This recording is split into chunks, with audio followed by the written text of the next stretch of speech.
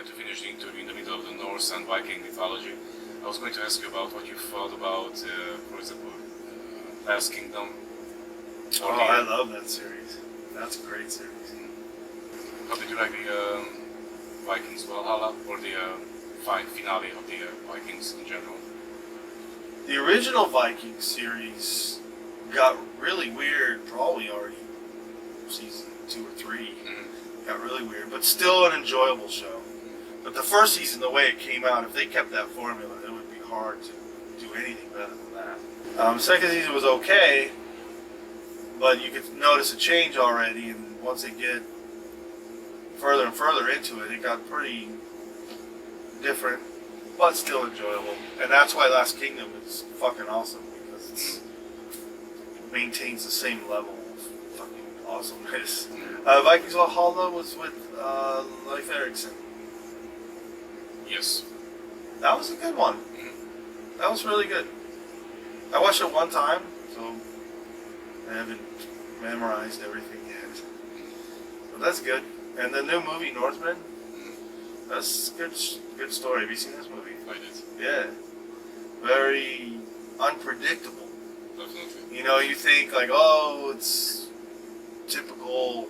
Father gets killed, he grows up really strong, gets revenge, and it's just a bunch of blood. And then you watch the movie, and you're like, okay, wow. Never saw any of that coming. But he's still really big and strong. It still kills a bunch of people, and there's lots of blood, which is cool. But the storyline is much stronger than just a fucking revenge for blood movie.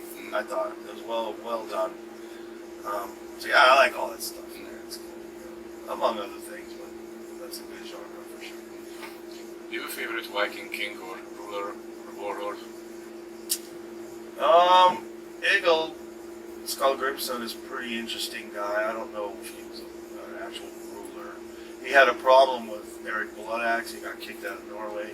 So I learned a lot about that curse pole that he made. You know, he carved the runes of the pole, put the fucking animal head on top facing the land, and you sail away, and it puts a curse on the land. And, you know, and he was a really big guy. They found his body, and the size of his skull is abnormally big, and his bones are big, so they think that maybe he had kind of a disease where the pituitary doesn't stop the body from growing, and he got a little bit extra big, so it makes him seem like this big, really ugly guy that, you know, maybe crushed everybody. But he's a mixture of people because he was also a really good poet.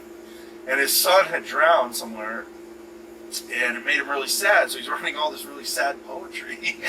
So he's like this huge, you know, little bit grotesque person, growing too much, you know, gets kicked out of fucking Norway by the king and queen and curses the land, and then he goes and sits in a cabin and writes sad poetry. So he was an interesting guy I read about, really mixed, and it's good they got this kind of information and they actually have his remains to paint a better picture of what he was. So, but as far as a ruler and stuff, I mean, I guess I feel the same about the historic rulers as I do about the current ones. It's really a big collection of lunacy. I mean, rulers, whether voted in or born by divine chance, it's fucking insanity. You know, they never end up getting there representing the people that they rule. Never. Not in any form of history, not in any country in the current times. It's, yeah, a little bit political, sorry, but I don't mind. It's, the whole royalty thing is just absolute crap. It's like bloodlines and you know, God said you could be king and only your fucking spawn can take over. You know, never mind, there's probably 100 qualified people that can take over that aren't related, but no, because you're not related, you gotta go fucking clean horseshit or something. I don't know, it's just stupid. Yeah, I couldn't agree more. Yeah, and it's like that in current times, all the stupid circus politics in the U.S. with all that crap. Only rich people that can afford a campaign get a chance to even get a vote. Now, there's probably so many qualified people without this money, you know. So I think Bernie Sanders was one of the exceptions, I guess. The what? Bernie Sanders was one of the exceptions. Or I'm wrong? I don't know enough to go into the, you know, real good detail about it, but the way the country was made, now our country fortunately has a short enough history where we still know what the people intended, and there was never an idea for a career politician. The idea was to take somebody normal, you know, some guy who works somewhere else, take him out of the job, run the country for 4 years, and then just go back to work.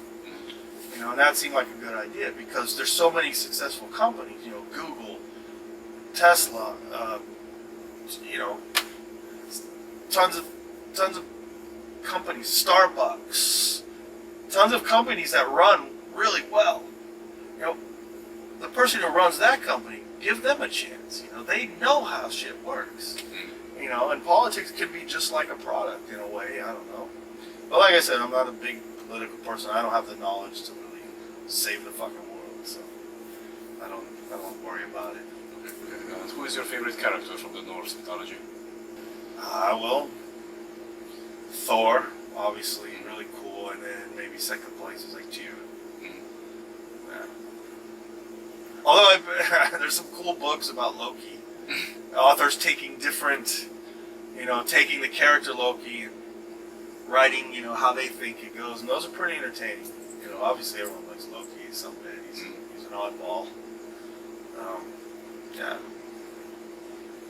And of course Odin's cool. He's the wise one.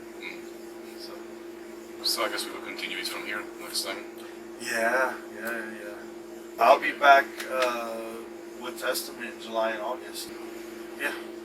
Just I might see you in a month or two if we're coming near you. Okay. In case if this is the last word, then I'm gonna say thank you for the interview. We can stay in touch.